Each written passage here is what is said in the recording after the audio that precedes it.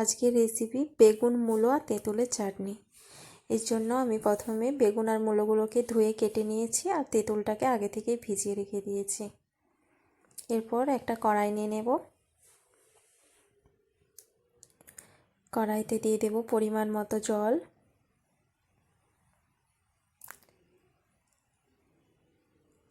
সামান্য পরিমাণ হলুদ গুঁড়ো,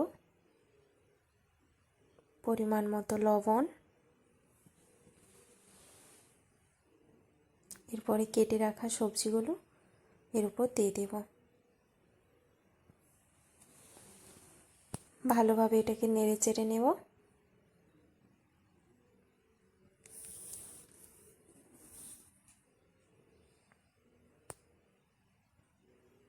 দিয়ে এটাকে ঢাকা দিয়ে দিতে হবে।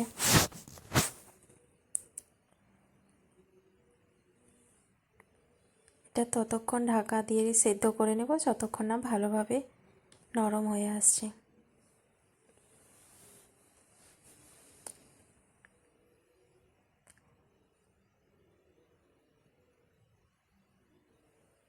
দেখুন একেবারে ভালোভাবে সেদ্ধ হয়ে গেছে। এরপর দিয়ে দেব ভেজানো তেঁতুলটা।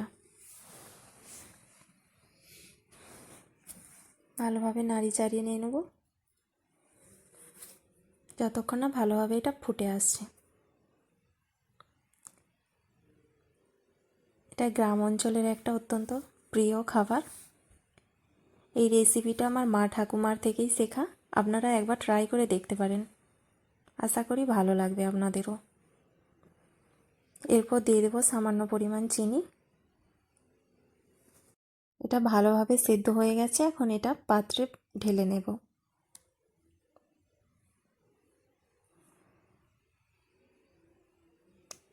এরপর আবার ওই কড়াইতেই সামান্য পরিমাণ তেল দিয়ে দিলাম।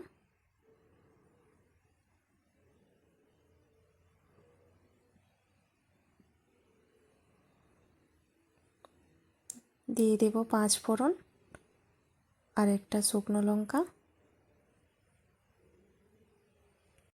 এটি একটু ভাজা হয়ে আসলে আগে থেকে তুলে রাখা মিশ্রণটি কড়াইতে দিয়ে দিতে হবে।